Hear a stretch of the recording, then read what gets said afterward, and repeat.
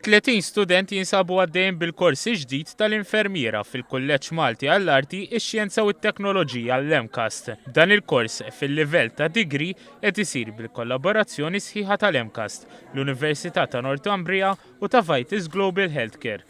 L-iskop ewlieni tal-kors kien li jżjed studenti jidħlu għal din il-karriera ta' servizz li f'dawn l-aħħar snin rat noqqas kbir, hekk kif spjega ċ-Chairman tal-MCAST Silvio De Bono. Attiraw studenti illi kieku ma jkunx l-MCAST illi jkun qiegħed jattirhom ukoll, forsi jsibuha bitqila biex imorru f'postijiet oħrajn biex ikunu jistgħu jsegwu l-programm tagħhom. Il-programm tagħna huwa tal-istess livell, huwa tal-livell 6 tal-kwalifiki nazzjonali u joħorġu minn hawnhekk l-istudenti BSc. Qed isir. Id-Deputat Prim Ministru Chris Fern qal li f'dawn l-aħħar 4 snin in-numru ta' infermiera rdoppja.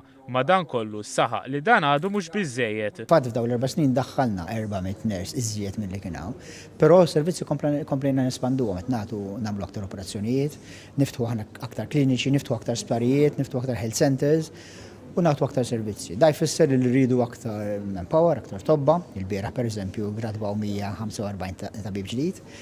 Il-Ministru għas-Saħħa reaġixxa r-rapporti fil-medja dwar il-qagħda tal-Isptar Monte Carmeli. Sostna li l-Gvern ikkummissjona studju dwar l-isptar li ilu mibni 150 sena.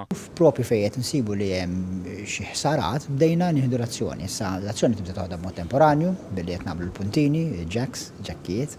Mbagħad ħankomplu nagħmlu x-xogħol, mhux mbagħad qegħdin ukoll nkomplu nagħmlu x-xogħol permanenti biex il-ħsara li hemm ma tkbirx, anzi nsowwa u ma tkunx ta' periklu.